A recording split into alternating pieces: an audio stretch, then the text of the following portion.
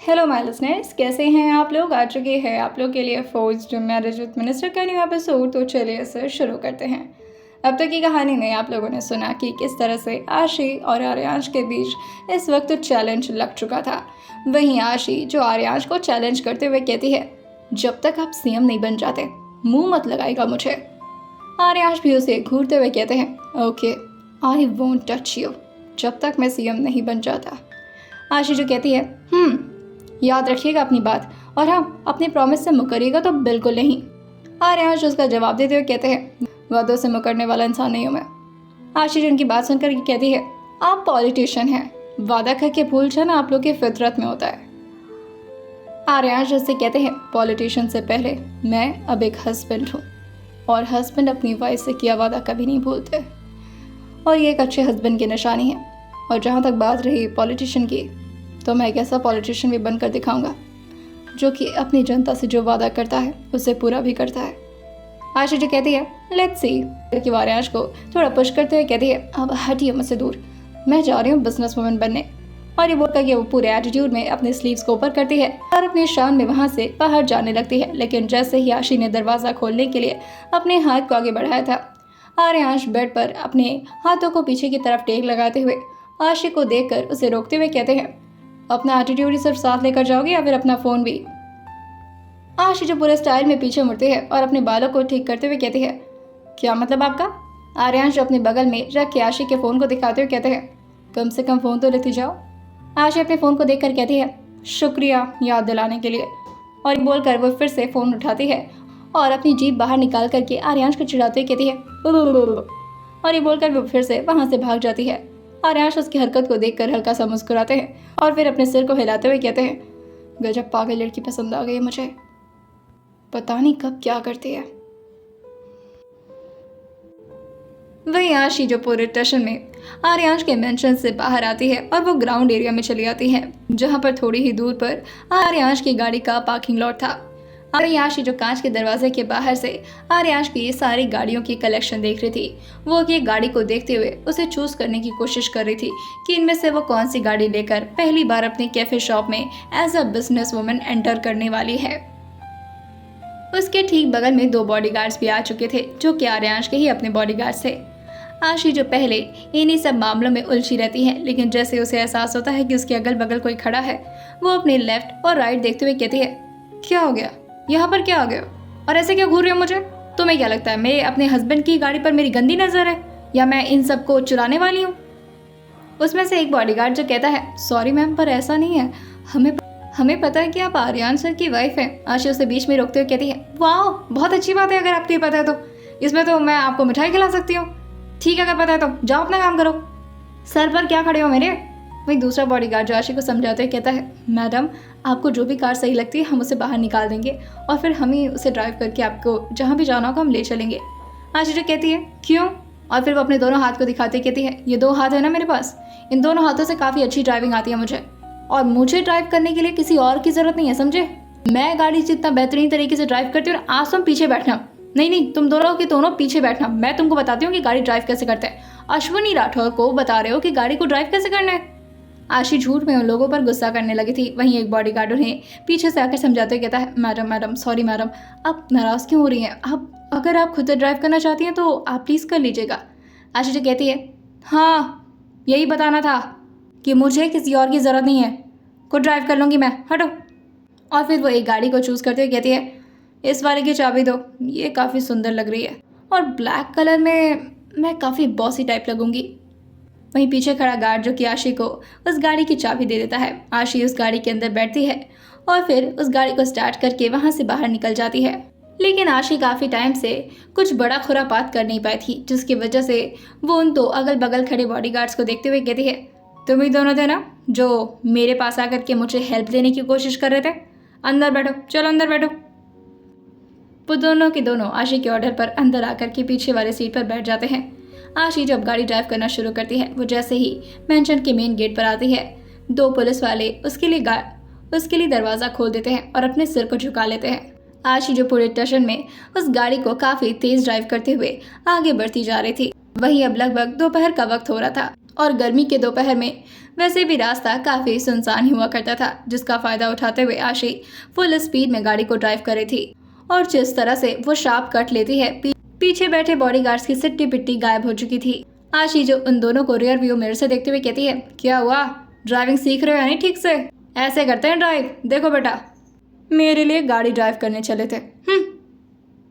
वो कभी लेफ्ट घुमाती तो कभी राइट, और जिस तरह से वो टर्न ले रही थी, वो दोनों की दोनों बॉडीगार्ड्स कभी लेफ्ट की तरफ गिरते तो कभी राइट की तरफ।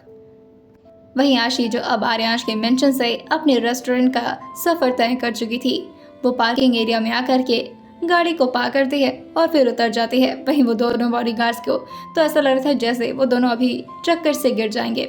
आशी उन दोनों को वार्न करते हुए कहती है, आइंदा से मेरी हेल्प करने की ज़रूरत नहीं है, वो भी बिना मेरे मांगे। बात आई समझ? मुझे बाकी पूकी लड़कियों की तरह समझने की गलती मत करना, बहुत ही बॉसी टाइप लड़की हूँ मैं। वो दोनों अपने सिर को जल्दी जल्दी हाँ में हिलाते हुए अपने हाथ को आगे बांधे हुए कहते हैं, यस मैडम, समझ गए। आशी कहती है, वेरी गुड, अब चलो मेरे रेस्टोरेंट में कॉफ़ी पियो। वो दोनों जो कहते हैं, अरे नहीं मैडम, उसकी कोई ज़रूरत नहीं है, आप ही किस बात की ट्रीट दे रही हैं? आशी कहती है, ट्रीट कौन दे रहा है, पैसे दे करके पीना है। इसी बहाने 2 कस्टमर आएंगे मेरे रेस्टोरेंट में, बिजनेस माइंडेड। चलो। और ये बोल करके वो उन दोनों को ज़बरदस्ती उनका पैसा खर्च करवा करके कॉफ़ी पिलवाती है, और वो भी सबसे महंगी वाली कॉफ़ी। वो दोनों जो आपस में बात करते हुए कहते हैं, आइंदा से कभी भी मैडम के आसपास चक्कर नहीं लगाना है। दूसरा बॉडीगार्ड जो कहता है, पर ऐसा कैसे हो सकता है, एक तरफ मैडम यहाँ पर बुला करके कॉफ़ी पिलाती है और दूसरी तरफ अगर इनकी हेल्प नहीं की तो आर्यन सर वो तो कूट ही डालेंगे। उन्होंने तो हमें जिम्मेदारी दी है ना कि मैडम का ख्याल रखना है। ये जो पहला बॉडीगार्ड था वो कहता है, पर अगर ऐसे ख्याल रखना होगा तो फिर हमें उनसे ज़्यादा अपना ख्याल रखना पड़ेगा, ये बहुत खतरनाक है। वहीं आशी जो अंदर आती है तो साथ ही साथ उस रेस्टोरेंट के मैनेजर और साथ में कुछ वर्कर भी उसके पीछे पीछे आने लगते हैं। आशी जो सारे वर्कर को देखते हुए कहती है, मुझे यहाँ पर कोई बॉसी लुक नहीं देना जिसकी वजह से तुम लोग आगे पीछे घूम रहे हो। यहाँ पर सबके सब सिर्फ काम करेंगे और किस तरह से कस्टमर्स को लुभाना है, अट्रैक्ट करना है, उन्हें अपनी तरफ हिप्नोटाइज करना है, मुझे नहीं पता, लेकिन मुझे प्रॉफिट से मतलब है। मेरी जी हजूरी करो ना करो, मेरे सामने सिर झुकाओ ना झुकाओ, लेकिन मुझे चाहिए इस रेस्टोरेंट का max to max profit. Lucknow का सबसे बड़ा रेस्टोरेंट बन जाना चाहिए ये। सिर्फ दिखने में ही सुंदर होने से रेस्टोरेंट सुंदर नहीं होता, यहाँ के एम्प्लॉयज़ पर मैटर करता है कि वो किस तरह से लोगों के साथ डील करते हैं। और ये बोल करके वो सारे स्टाफ को अपने अपने काम करने के लिए भेज देती है। वही वो मैनेजर से कहती है, अभी तक का कितना प्रॉफिट बना है? वो मैनेजर जो आशी को बताते हुए कहता है, मैम कुछ खास नहीं, 20 लाख तक का प्रॉफिट तो बन गया है। पर आशी कहती है, 20 लाख, और कितने टाइम में? वही आदमी जो कहता है, मैम 15 दिन से ज़्यादा हो गए।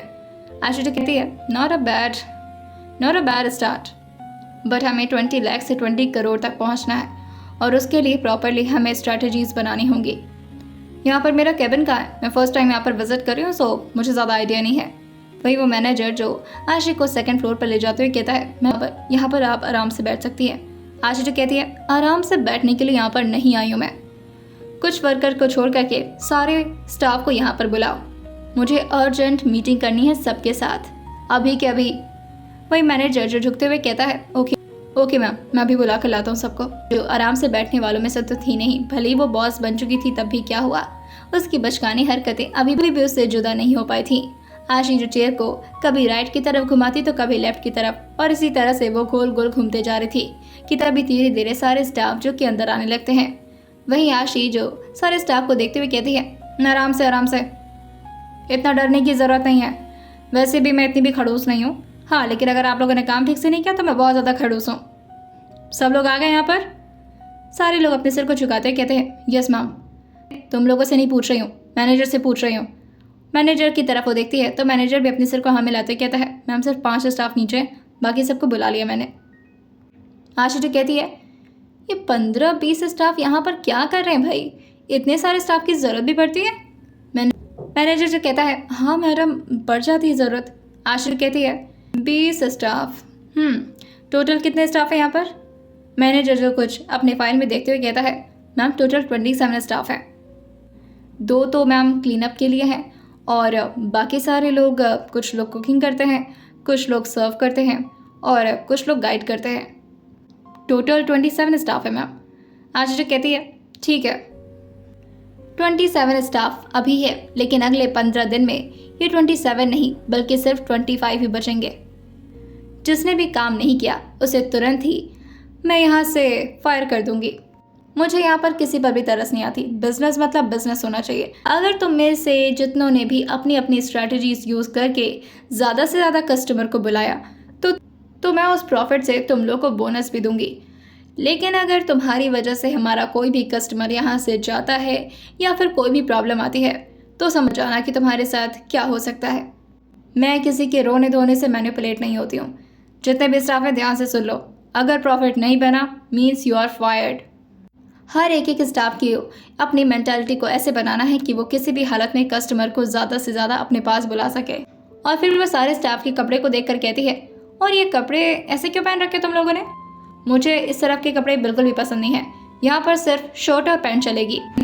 जैसे ही आशी ने बोला था, सारे स्टाफ जो आशी को घूरने लगते हैं। ऐसा लग रहा था जैसे आशी ने कौन सी अजूबा भरी बात कर दी हो। आशी जो कहती है, हाँ और नहीं तो क्या। यहाँ पर तुम किसी को अपने फिगर या फिर अपनी खूबसूरती से अट्रैक्ट नहीं करोगी। यहाँ पर अट्रैक्ट करना है तो बातों से, कस्टमर को बुलाना है तो अपने कलाओं से, अपने आर्ट दिखाओ। कॉफ़ी को इस हद तक बेहतरीन बनाओ कि वो लोग तुम्हारी कॉफ़ी को पीकर एडिक्टेड हो जाए। और भी कोई स्ट्रैटेजी हम यहाँ पर यूज़ कर सकते हैं फॉर मोर प्रॉफिट्स। एक छोटी लड़की जिसकी उम्र मात्र अभी 18 या 19 साल होगी, वो अपने हाथ उठाते हुए कहती है, मैम क्या मैं कुछ बोल सकती हूँ? आशी अपने सिर को हिलाते हुए कहती है, हाँ बोलो। मैम पूरे लखनऊ में ऐसे बहुत सारे रेस्टोरेंट मिलेंगे जो कि हमसे भी अच्छी कॉफ़ी बनाते हैं या फिर उनमें बहुत सारी ऐसी क्वालिटीज़ हैं जो हमारे अंदर नहीं है। अब हम सबके साथ तो कंपटीशन कर नहीं सकते, तो क्यों ना हम अपने रेस्टोरेंट में कुछ ऐसी यूनिक चीज़ रखें जो कि सिर्फ हमारे रेस्टोरेंट में ही अवेलेबल हो। आशी जो कहती है और ऐसी कौन सी चीज़ हम रख सकते हैं अपने रेस्टोरेंट में? लाइक ऐसा क्या करें? वो लड़की जो कहती है, मैम अगर हम इसे थोड़ा फिल्मी लुक दें, लाइक अगर हम इस रेस्टोरेंट में एक छोटी सी लाइब्रेरी भी खोल दें और उसके साथ एक फ्लावर शॉप भी खोल दें जो कि कॉम्बिनेशन में हो, तो शायद यहाँ पर लोगों की भीड़ और ज़्यादा इकट्ठा होगी। और फिर जब भी लोग फ्लावर्स खरीदने आएंगे या फिर बुक पढ़ने आएंगे तो फिर वो लोग कॉफ़ी के स्मेल को महसूस करके कॉफ़ी की तरफ अपने आप ही अट्रैक्ट हो जाएंगे। हमें बस किसी भी हालत में उन्हें अपने रेस्टोरेंट के अंदर तक पहुंचाना है। उसके बाद तो कॉफ़ी का टेस्ट यहाँ के लोगों को मदहोश कर ही देगा और फिर हमारी प्रॉफिट बढ़ जाएगी। आशी जो उसकी आइडिया को सुनती है तो थोड़ा देर किसी गहरी सोच में पड़ जाती है। वहीं वो लड़की जो अपनी थूक को गटकने लगती है, उसे लगता है कि शायद उसने कुछ ज़्यादा ही बोल दिया है। पीछे खड़े कुछ स्टाफ भी आपस में गॉसिप करते हुए उस लड़की का मजाक उड़ाने लगे थे, मगर आशी जो ज़ोर से टेबल पर मारती है और फिर अपने हाथ को उठाते हुए ऊपर क्लैप करते हुए कहती है, everyone just give a big applause for this girl. क्या दिमाग लगाते हो यार तुम्हें तो मेरा असिस्टेंट बनना चाहिए। और फिर वो मैनेजर को देखकर कहती है, इसकी पोस्ट अभी बढ़ा दो। मैनेजर जो कहता है, पर मैम ये तो अभी न्यू स्टाफ। उसने इतना बोला ही था कि आशी जो उसे घूरते हुए कहती है, तो मुझे बताओगी कि क्या करना है या फिर मैं तुम्हें बताऊंगी कि क्या करना है। मैनेजर जो कहता है, सॉरी मैम मैं अभी करता हूँ उसका प्रमोशन। आशी जो कहती है, आज के आज ही हो जाना चाहिए। और फिर वो सारे स्टाफ से कहती हैं, देखा इतनी जल्दी इतनी इंस्टेंटली काम होगा यहाँ पर। अगर आपने कोई ऐसा आइडिया दिया और वो काम किया तो फिर आपके लिए ऐसे ही बहुत सारे यहाँ पर बोनस और बहुत सारी अपॉर्चुनिटीज़ हैं। अगर आप लोग अपना दिमाग थोड़ा सा भी इस्तेमाल करोगे ना तो अश्विनी राठौर आप लोग की ज़िंदगी बदल सकती है। Now back to work. सारे लोग वहाँ से जाने लगते हैं, वही वो मैनेजर भी। लेकिन तभी आशी जो उस मैनेजर को रोकती है और वही उस लड़की को। वो लड़की थोड़ा घबरा रही थी, वही आशी जो उसे अपने पास बुलाते हुए कहती है, इधर आओ। आशी की बात सुनकर वो लड़की आशी के पास आते हुए कहती है, यस मैम। आशी जो उसे देखकर कहती है, तुम तो काफ़ी छोटी उम्र की लग रही हो, क्या कॉलेज में पढ़ती हो? वो लड़की जो कहती है, हाँ मैम फर्स्ट ईयर हूँ। आशी जो कहती है, इतनी छोटी उम्र में काम कर रही हो? वो लड़की जो कहती है, क्या हुआ मैम? मैम मैं यहाँ पर पार्ट टाइम जॉब कर लेती हूँ जिससे मेरे पास थोड़े पैसे बन जाते हैं और फिर लाइफ थोड़ी शॉर्टेड फील होती है। आशी जो कहती है, दैट्स सो ग्रेट। वैसे भी यहाँ पर कैफ़े शॉप में लोग को काम करता देख करके लोग समझते हैं कि यहाँ पर वो लड़कियाँ काफ़ी पुअर फैमिली से बिलोंग करती होंगी या फिर अच्छे किरदार की नहीं होंगी। आशी की बात सुनकर वो लड़की जो कहती है, लोगों का तो काम ही होता है सोचना। अब अगर हम सबके बारे में सोचना शुरू कर दिए तो फिर हम अपने काम पर फोकस भी तो नहीं कर पाएंगे ना। आशी जो उसके लिए खड़े होती है और उसको हक करते हुए कहती है, I really like your spirit. तुम्हारे जैसे सोच की लड़कियों को ज़रूरत है इस देश में पैदा होने की, वरना बाकी सब तो अपने सजावट में लगी रहती हैं, कहाँ इतना दिमाग यूज़ करती हैं। वो लड़की जो कहती है, ऐसा नहीं है मैम, बहुत सारी लड़कियाँ जो दिमाग का इस्तेमाल तो कर सकती है मगर उनके पेरेंट्स उन्हें अलाउ नहीं करते। I am thankful of my parents जिन्होंने मुझे फुल सपोर्ट दिया है और कहा कि मैं जिस तरह से जीना चाहूँ मैं उस तरह से जी सकती हूँ, मेरे लिए कोई बाउंडेशंस नहीं है। आशीष जो कहती है, वैसे सच में आजकल के पेरेंट्स की भी यही प्रॉब्लम है, वो लड़कियों को कुछ ज़्यादा ही कमज़ोर समझते हैं और उन्हें लगता है कि बस लड़कियों की शादी कराकर उनकी ज़िंदगी को हम बहुत खुश रख सकेंगे, लेकिन ऐसा नहीं होता। खैर आज से तो मेरी असिस्टेंट हो तो मेरे साथ ही रहना है तुम्हें। वो लड़की जो कहती है, ओके मैम। वही वो मैनेजर जो कहता है, मैम तो काम कब से शुरू करना है। आशीष जो कहती है, हाँ हाँ तुम पहले ही सोच लो सब, ये मैं बोलने वाली थी, मेरी लाइन चुरा ली तुमने। काम शुरू हो जाना चाहिए आज शाम से, जब ये रेस्टोरेंट बंद होने का टाइम शुरू होता है तब। और मैं नहीं चाहती हूँ कि मेरी पब्लिक को कोई भी डिस्टर्बेंस हो, जो भी कस्टमर आते हैं उन्हें प्रॉब्लम नहीं होनी चाहिए, जिसकी वजह से लाइब्रेरी और फ्लावर शॉप की बिल्डअप और उसका काम तभी शुरू होगा जब ये रेस्टोरेंट बंद हो जाएगा, यानी कि रात के 8 बजे से सुबह के 8 बजे तक। जैसे ही ये रेस्टोरेंट ओपन होता है मैं नहीं चाहती कि यहाँ पर कोई भी लेबर या मजदूर दिखे, उन सबको पैसे देकर के यहाँ से फुर कर देना। मैनेजर जो कहता है, ये तो बहुत अच्छा आइडिया मैम। आशीष जी कहती है, तुम्हें क्या लगता है मैं बिजनेस करने ऐसे ही लुल-पुल दिमाग लेकर आ गई हूँ? रियासत में नहीं मिली है मुझे, ये चैलेंज है मेरा, इसे किसी भी हालत में पूरा करना है और 20 लाख के प्रॉफिट को 20 करोड़ तक पहुँचाना है, हमारा टारगेट है। आशी ने पहले ही दिन रेस्टोरेंट में जाकर के काफ़ी कुछ बदलाव करने का सोच लिया था, क्योंकि शायद उसे कोई नॉर्मल बिजनेस वुमेन बन करके नहीं जीना था, उसे एक अलग लेवल पर जाना था। ये उसके बचपन का ख्वाहिश था कि वो बाद में जाकर के बिजनेस वुमेन ही बनेगी, और आज उसे फाइनली ये करने का मौका मिल रहा था। भला वो पीछे कैसे हट सकती थी। वहीं वो 18 साल की लड़की जिसका नाम कृति था, वो आशी के पीछे पीछे ही घूम रही थी। वहीं साथ में मैनेजर भी अपने हाथ में बड़ा सा रजिस्टर लेकर के आशी को फॉलो करते जा रहा था। आशी जो थोड़ा देर आसपास के नज़ारे को देखती है और फिर वहाँ के व्यूज़ को। आशी जो ऊपर से नीचे तक हर एक चीज़ों को काफ़ी ध्यान से नोटिस कर रही थी कि किस तरह से उन लोगों के कैफे शॉप में इस वक्त कस्टमर आ रहे हैं, वो किस चीज़ को ज़्यादा ध्यान दे रहे हैं, वहाँ पर क्या चीज़ उन्हें सबसे ज़्यादा पसंद आ रही है। आशी इन सारी चीज़ों पर काफ़ी ज़्यादा गौर फरमाती है और फिर वही वो मैनेजर को देख कर कहती है, इतने महंगे महंगे सामान को रखने के बावजूद भी अगर पब्लिक को ये ज़्यादा इंटरेस्टिंग ना लगे तो फिर क्या फ़ायदा है इसके होने का। वो मैनेजर आशी के बात को समझ नहीं पाता और अपने रजिस्टर में कुछ लिखने लगता है। वहीं आशी उसको देखते हुए कहती है, ये हर बार पे तुम अपना कलम क्यों उठा ले रहे हो हैं? मतलब कुछ बातें तुम अपने दिमाग या मुंह से नहीं बोल सकते हो, सिर्फ तुम्हें पेन ही चलाना आता है। वो मैनेजर जो आशी की बात को समझते हुए कहता है, सॉरी मैम, मैं नहीं लिखूंगा कुछ भी। आशी कहती है, नहीं नहीं लिख लो कि तुम कितने बड़े बेवकूफ़ हो। हाँ तो मैं कहाँ थी? वहीं कृति जो कहती है, मैम आप बता रही थी वो लग्जरियस सामान। आशी कहती है, अरे हाँ सही पकड़ा तुमने, तुम्हारा ही तो दिमाग चलता है, बाकी इन मर्दों का तो दिमाग पता नहीं कहाँ रहता है, सारी चीज़ें बस ये नोट करते रहते हैं। तुम भी सुन लो मैनेजर साहब, तुम ही से बोल रही हूँ, ये जो भी ये लग्जरियस सामान रखे हुए हैं ये क्या शो पीस वगैरह रखा हुआ है। जब लोगों को ये इतना ज़्यादा बकवास लग रहा है कि एक बार भी लोग आ रहे हैं उसे नोटिस ही नहीं कर रहे, तो फिर इसे रेस्टोरेंट में रखा क्यों गया है? अरे हमें रेस्टोरेंट का लुक कुछ एस्थेटिक देना होगा, ऐसा कि और किसी भी रेस्टोरेंट में वो बात हो ही ना।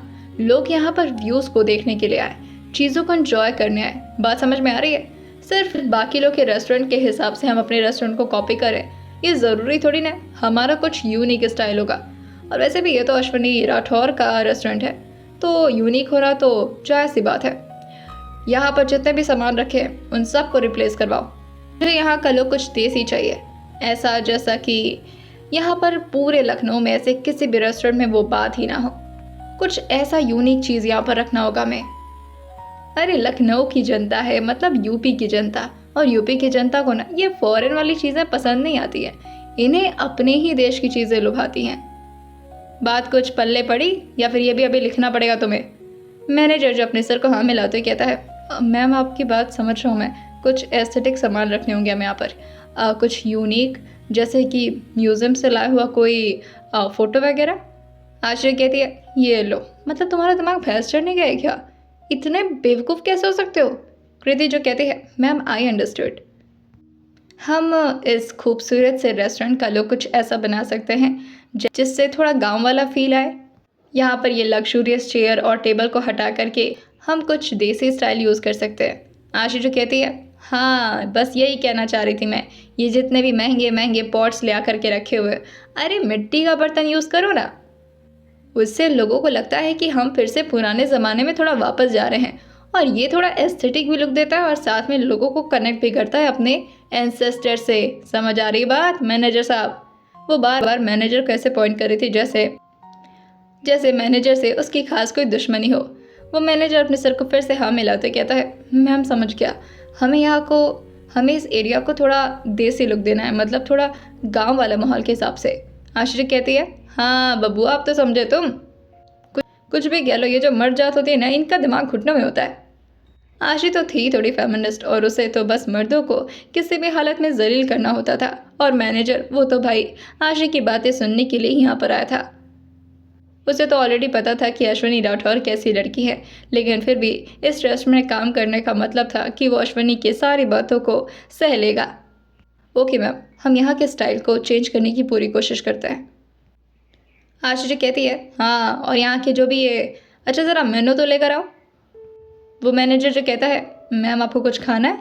आशी जी कहती है, अरे मैं अपने रेस्टोरेंट में खाने आई हूँ, कहाँ से पकड़ के लाया गया यार इसको? अरे मुझे चेक करना है कि लोग जब मेन्यू पढ़ते हैं तो वो कैसा महसूस करते हैं, मुझे भी एक कस्टमर की तरह फील लेना है। अच्छा सुनो, एक काम करो, तुम नीचे जा कर के लेकर आओ, मैं जा रही हूँ नीचे, मैं भी कस्टमर की तरह बैठूंगी, और किसी रैंडम से स्टाफ को भेजना, ठीक है? मैं देखना चाहती हूँ कि किस तरह से यहाँ के स्टाफ काम करते हैं। और ये बोलकर वो नीचे जाती है और आ करके किसी कस्टमर की तरह एक चेयर के पास बैठ जाती है। थोड़ी देर में वो मैनेजर ही अपने हाथ में मेनू लेकर आ रहा था और वाशी की तरफ उस मेनू को थमाते हुए कहता है, मैम योर ऑर्डर प्लीज़।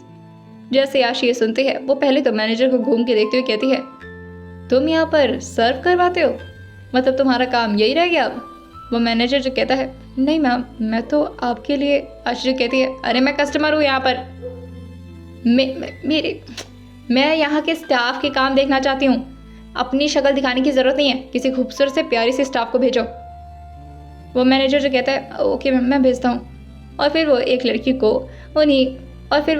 आशी की तरफ भेजता है। वो लड़की जो काफ़ी पोलाइटली अपने सिर को झुकाकर आशी से कहती है, मैम योर ऑर्डर प्लीज़। आशी जो पहले उसको ऊपर से नीचे तक ध्यान से देखती है और फिर चेयर पर आराम से लीन होकर के अपने एक पैर को दूसरे पैर पर चढ़ाते हुए कहती है, तो ऐसे पूछते हो तुम ऑर्डर के लिए? हाँ। वो लड़की जो कहती है, जी मैम हम तो ऐसे ही पूछते हैं। आशी जो कहती है, अरे बोरिंग स्टाइल है, ऐसे पूछोगे? अरे थोड़ा इंटरेस्टिंग वे में पूछो कि भाई दाल चूरमा खाना है कि दाल बाटी खाना है, कि लस्सी पीना है कि कॉफ़ी पीना है। ब्लैक कॉफ़ी भी है जी, वाइट कॉफ़ी भी है, बहुत सारे मटेरियल वाले कॉफ़ी हैं। मतलब ऐसे बात करोगी या फिर ऐसे? इतना फॉरेनर बनने की ज़रूरत नहीं है दीदी, तुम लखनऊ में हो, कहाँ पहुँच रही हो तुम लंदन में? लंदन वाला स्टाइल ना हमारे यूपी वाले लोगों को पसंद नहीं आता, यहाँ पर कुछ यूनिक टेस्ट होना चाहिए। अब आधे से ज़्यादा लोग तो यहाँ की अंग्रेजी सुन करके भाग जाएंगे, फिर क्या सोचेंगे वो लोग कि यहाँ पर तो अंग्रेजी बोलना पड़ेगा भाई। वही वो लड़की जो कहती है, पर मैम हमें तो इसी तरह से सिखाया गया था। आशी कहती है, कौन बकलोल सिखाते हैं तुमको? वो लड़की जो कहती है, मैम वो मैनेजर जो दूर ही खड़ा था, वो जैसे ही अपने ऊपर इशारा होते हुए देखता है, वो तुरंत ही अपने चेहरे को घुमा लेता है और फिर धीरे बाकी स्टाफ लोगों से कहता है, आज तो मुझे लग रहा है कॉफ़ी की केतली में उबाल करके पी जाएंगी मुझे। अरे एक दिन में अभी आई नहीं और वो भी इतना ज़्यादा डांटना शुरू कर दी। ये स्टाफ जो कि काफ़ी ज़्यादा एक्सपीरियंस थे, वो मैनेजर को देख कर कहते हैं, तुम्हें पता भी है आर्यान शहजादा की वाइफ है ये। शुक्र मनाओ कि आर्यान शहजादा नहीं आए थे, वरना तुम्हारी एक गलती पर अभी तक तो तुम फायर हो चुके होते। वहीं आशी के बगल में खड़ी स्टाफ जो कि मैनेजर को बुलाते हुए कहती है, सर मैम आपको बुला रही हैं। लेकिन मैनेजर जो उसे थोड़ा अवॉइड ही कर रहा था, वो तुरंत ही अपने हाथ में एक ग्लास लेता है और उसका पूरा पानी एक ही साथ पीते हुए कहता है, भगवान अब पता नहीं क्या वर्ड लगाएंगे, जब से आई हैं तब से डांट ही रही हैं। और फिर वो हिम्मत करके धीरे से घूमता है और धीरे धीरे अपने कदम को आगे बढ़ा देता है। आशीष उस मैनेजर को तुरंत ही अपनी तरफ इशारा करके जल्दी में आने के लिए कहती है। तो मैनेजर थोड़ा दौड़ते हुए आशीष के सामने आकर अपने सिर को झुकाते हुए कहता है, अब जी मैडम, कुछ प्रॉब्लम हो गई? आशीष कहती है, तुम प्रॉब्लम नहीं करते हो, तुम खुद ही एक प्रॉब्लम हो। पैदा ही क्यों हो गए थे तुम? ये क्या अंग्रेजी सिखा रखी है लोगों को? ऐसे लोगों से बात करते हैं ये लोग। भूल चुके हो क्या कि इंडिया में हो? अरे अगर कोई फॉरेनर क्लाइंट आता है, कोई फॉरेनर कस्टमर आता है, तब उससे इंग्लिश में बतियाओ, उससे चटियाओ, समझ में आता है। लेकिन हमारे इंडियन के लोगों के साथ इतना इंग्लिश क्यों भाई? हैं? हिंदी नहीं आती क्या तुम लोग को? ऐसे तो फिर जितने लोग को इंग्लिश आती होगी वही यहाँ पर आना चाहेंगे। बाकी लोग को तो शर्म आएगी यहाँ पर आने में। वो जाकर के ढाबा में खा लेंगे। फिर प्रॉफिट किसका होगा? ढाबे वाले का होगा। हम यहाँ पर खर्चा करें और प्रॉफिट ढाबे वाला कमाए, तुम्हारे जैसे निकम्मे मैनेजर की वजह से। और फिर वो सारे स्टाफ को कहती है, यहाँ पर किसी ने भी अगर फालतू में अंग्रेजी झाड़ने की कोशिश की और दिखाया कि वो इंग्लिश मीडियम का पढ़ा हुआ बंदा है, तो बेटा निकल लो तुम अभी से और बाहर जाकर के ना रोड साफ करो। मेरे रेस्टोरेंट में फालतू में खुद को ज़्यादा अंग्रेजन और ज़्यादा पढ़े लिखे दिखाने का नाटक मत करना। अरे प्यार से लोगों से बात करो, जैसे मेहमानों को बुलाते हो। तो क्या उन लोगों से बैठ कर के इंग्लिश में बतियाने लगते हो? नहीं ना, प्यार से बात करो। तुम लोग को बताती हो कि कस्टमर से बात कैसे करना होता है। चलो यहाँ पर बैठ। और फिर वो मैनेजर को ज़बरदस्ती चेयर पर बैठा देती है और फिर अपनी शर्ट को ऊपर फोल्ड करती है और मेनू ले करके काफ़ी टेंशन में उसके सामने आते हुए कहती है, और बताइए भाई साहब, बड़े दिन बाद आना हुआ। अरे आकर के थोड़ा घूम जाया करिए, अपना ही रेस्टोरेंट समझिए, बस आपको पैसे देने पड़ेंगे और कुछ नहीं। आइए, खाइए, पीजिए, ऐश करिए, यहाँ का के नज़ारे का मज़ा लीजिए। भाई आप ही लोग के लिए तो खोल रखा है रेस्टोरेंट। और फिर आशी उस मैनेजर को मेन्यू दिखाते हुए कहती है, ये देखिए सर, इतने सारे ऑप्शन हैं हमारे पास। अरे उसको क्या देख रहे सर, आप हमारी बात सुनिए, आपको एक से एक बढ़िया से बढ़िया चीज़ मिलेगी। आप जो कहेंगे ना सर, अब भी तुरंत आपके सामने हाजिर करवाते हैं। बताइए सर, क्या खाना पसंद करेंगे? और संकोच तो बिल्कुल मत करिएगा, फैल कर खाइए, हम किसी को नहीं बताएंगे। उस मैनेजर की सिट्टी पिट्टी गुल हो चुकी थी। वहीं आश्री कहती है, अब क्या मेन्यू लेकर के सच में तुम्हें खाने के लिए ऑर्डर करना है? खड़े हो जाओ। बात आई समझ में? और फिर वो बाकी स्टाफ को देखते हुए कहती है। सारे लोग अपने सिर को हम मिलाते हुए कहते हैं, हाँ मैम। आश्री कहती है, अरे तुम लोग को इतना भी फ्रैंक होने की ज़रूरत नहीं है। वो तो अश्विनी राठौर की बात अलग है, लेकिन कोशिश करो कि आने वाले हर कस्टमर को ये एहसास दिला पाओ कि तुम उन्हें कस्टमर नहीं बल्कि अपना मेहमान समझ रहे हो। बस प्रॉब्लम ये है कि मेहमान पैसा नहीं देते, यहाँ पर पैसे देकर के जाना पड़ेगा। फिर इसी तरह की लैंग्वेज यहाँ पर यूज़ होते हुए दिखनी चाहिए। अगर किसी ने फालतू में किटर पिटर की तो अच्छा नहीं होगा। आगे सारे लोग अपने सिर को हाँ मिलाते हैं। वहीं आशीष अपने फ़ोन में टाइम देखते हुए कहती है, चलो काफ़ी लेट हो रहा है, मैं निकलती हूँ और कल आकर के फिर से राउंड लूँगी। और बाकी की चीज़ें मैनेजर, आज रात 8 बजे से काम शुरू हो जाना चाहिए, ठीक है? वो मैनेजर अपने सिर को हाँ मिलाते कहता है, जी मैडम, बिल्कुल हो जाएगा। और वहीं आशी जो बाकी आए हुए कस्टमर्स को नमस्ते करते हुए वहाँ से बाहर निकलने लगती है। कृति जो उसके पीछे पीछे आकर कहती है, मैम एक मिनट। आशी जो पीछे मुड़कर कृति से कहती है, क्या हो गया? वही कृति जो आशी से कहती है, मैम मैंने फर्स्ट टाइम किसी ऐसी बोल्ड लड़की को देखा है। आपको देखकर सच में काफ़ी इंस्पिरेशन मिला और मुझे भी लगता था कि यहाँ पर इंग्लिश में बात करना ये तो बिल्कुल वेस्टफुल है। आपने बहुत अच्छा किया। आशी जो कहती है, थैंक यू। अभी बहुत कुछ अच्छा करना बाकी है, 20 लाख से 20 करोड़ तक पहुँचना है वरना। और फिर वो आर्यांश के बारे में सोचते हुए अपने मन में ही कहती है, खुद को हाथ नहीं लगाने देंगे सिंघम जी, और ये मुझसे हो नहीं पाएगा ज़्यादा दिन। और ये सोच करके हल्का सा ब्लश करती है और फिर वहाँ से अपनी गाड़ी लेकर निकल जाती है। साथ में वो 2 बॉडीगार्ड्स जो कि आशी के साथ ही गाड़ी के अंदर बैठकर आर्यांश के मेंशन की तरफ निकल गए थे। काम करने में आशी इतना ज़्यादा व्यस्त हो गई थी कि उसे पता ही नहीं चलता कि अब काफ़ी ज़्यादा शाम हो चुकी थी। इवन अब तो अंधेरा भी शुरू हो गया था होना। आशी जो जल्दी से गाड़ी को ड्राइव करती है और वहीं आर्यांश के मेंशन की तरफ आ जाती है। वो गाड़ी को अंदर पार्क करती है और फिर आराम से पूरे स्टेशन में अंदर की तरफ आने लगती है। लेकिन वो जैसे ही मेन एंट्री गेट से आर्यांश के घर के अंदर पहुंची थी, उसका कदम हॉल एरिया में पड़ता है कि तभी बुआ जी जो कि आशी को देख कर कहती हैं, लो जी लो, आ गई आपकी नई नवेली दुल्हन। कहाँ से बेटा आ रही हो आप? आपको ज़रा भी मैनर नहीं है?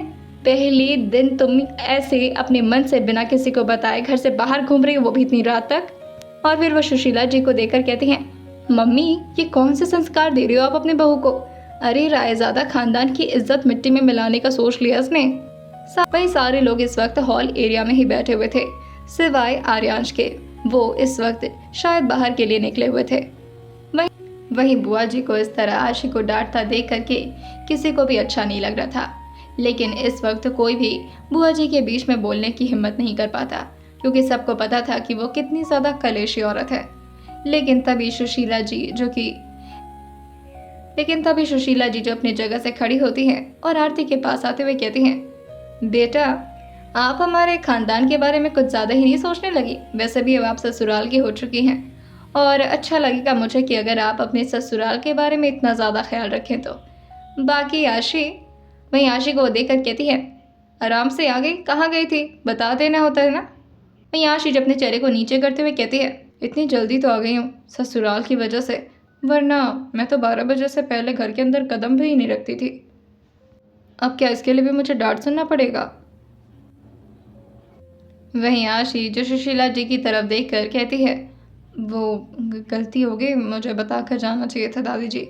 लेकिन तभी सुशीला जी स्माइल करते हुए आशी की गालों पर हाथ रखते हुए कहती हैं, नहीं बेटा वो बात नहीं है, बताकर नहीं गई इस बात का हमें दुख नहीं है, लेकिन कम से कम अगर बताकर जाती तो कुछ खाने पीने के लिए भेज देते। सुना था कि तुम रेस्टोरेंट गई हो। आशी कहती है, जी वो अपना रेस्टोरेंट है, थोड़ा राउंड देखने के लिए बस ऐसे ही चली गई थी, थोड़ा राउंड लेने के लिए चली गई थी, सोचा देखा क्या चल रहा है। आशी की बात सुनकर सुशीला जी कहती हैं, तुम तो आर्यांश की तरह ही बिल्कुल निकली, अपने काम को लेकर बिल्कुल फोकस्ड। बहुत अच्छा लगा मुझे सुन करके। सुशीला जी जैसे इतना बोलती हैं, आशी को हिम्मत मिल जाती है और वो सुशीला जी की तरफ एक बार देखते हुए कहती है, आपको प्रॉब्लम नहीं है इस बात से कि मैं। लेकिन तभी सुशीला जी कहती हैं, अरे प्रॉब्लम क्यों होगी। और फिर वो उसके हाथ को पकड़कर हॉल एरिया के बीचों बीच लाते हुए उसको काउच पर अपने साथ बिठाते हुए कहते हैं, ये तो बहुत ही ज़्यादा खुशखबरी की बात है भाई कि हमारी बहू भी बिल्कुल आर्यांश की तरह ही अपने काम को लेकर बहुत ही ज़्यादा सीरियस है। और फिर वो आरती की तरफ देखते हुए कहती है, वो तो बस दिन भर पंचायत करने को कह दो, ज़रा भी काम को लेकर के, अरे इसको तो बिजनेस संभालने का कोई ढंग ही नहीं आता। मैंने कितनी बार कोशिश की कि ये भी बाकी लड़कों की तरह अपने बिजनेस को संभाले, लेकिन नहीं, मैडम जी को तो बस आलतू फालतू की बातें करने को कह दो। क्यों बेटा आरती। वहीं आरती जी का तो मुंह चोखा की तरह बन चुका था और फिर वो अपनी कमर पर हाथ रखते हुए कहती हैं, मेरी कमर दर्द हो रही है, मैं कमरे में जा रही हूँ आराम करने। और फिर वो वहाँ से जाने वाली होती हैं, लेकिन तभी आशी अपने हाथ को सुशीला जी से छुड़ाते हुए कहती है, 1 मिनट ज़रा। हाँ। सुशीला जी भी उसे छोड़ देती हैं। वहीं आशी जो आरती जी को बुलाते हुए कहती है, बुआ जी। जैसे ही आरती ने इस वक्त आशी की आवाज़ को सुना था, वो पीछे मुड़कर उसे घूरते हुए देख कर कहती है, क्या है। आशी जी कहती है, आपकी कमर में दर्द हो रहा है। मेरे होते हुए आपकी कमर में कैसे दर्द हो सकता है। वहीं आरती जी कहती हैं, क्यों, तुम कोई दवाई हो जो कि ठीक कर दोगी मुझे। आशी जी कहती है, दवाई, अरे दवाई तो फिर भी बहुत टाइम लगेगा, मैं तो एक झटके में आपको ठीक कर सकती हूँ, आप बस मेरे साथ तो आइए। आरती जी कहती है, कोई ज़रूरत नहीं है मुझे तुम्हारी। वहीं सुशीला जी जो आरती जी से कहती हैं, अरे बेटा कभी तो किसी की बात सुन लिया करो, हो सकता है तुम्हारे कमर दर्द में सच में आराम मिल जाए। वैसे भी हमारी आशी काफ़ी अच्छी काम जानती है, तुम्हारे कमर दर्द करना उसके लिए कोई बड़ी बात नहीं है, जाकर के देख लो। आरती जी को भी आशी की बात पर धीरे धीरे भरोसा होने लगता है और वो नीचे उतर करके आशी के सामने आते हुए कहती हैं, चलो करो इलाज, मैं भी तो देखूं। आशी जी कहती है, अरे मेरे पास कोई जादुई मंत्र नहीं है और ना ही मैं कोई छड़ी लेकर के घूम रही हूँ कि आपकी कमर पर लगाऊंगी और ठीक हो जाएगी। आरती जी कहती हैं, छड़ी से मारने की बात कर रही हो। आशी जी कहती है, नहीं, मैजिक वाली छड़ी, मैजिक वाली। वहीं आशी की बात सुनकर आरती जी समझते हुए कहती है, तुम्हारे अच्छे ताने ना, तुम्हारी जो ताने ना मैं सब समझती हूँ। आशी जी कहती है, ये तो काफ़ी अच्छी बात है कि आप काफ़ी समझदार हैं, लेकिन मेरे साथ आइए, आपको मैं बताती हूँ क्या करना है। और फिर जो आरती जी को अपने हाथ पकड़ करके थोड़े बाहर के एरिया में ले आती है, जहाँ पर बड़ा सा स्विमिंग पूल था। वहीं आशी जो आरती जी से कहती है, अब आप जरा उधर तो देखिए। आरती जी जो कहती हैं, किधर देखना है। आशी जी कहती है, अरे उधर स्विमिंग पूल की तरफ। और फिर उनके चेहरे को उसी तरफ घुमा देती है और फिर उनकी कमर को हल्का सा झुकाते हुए कहती है, अब जरा अपनी कमर को डाउन करिए।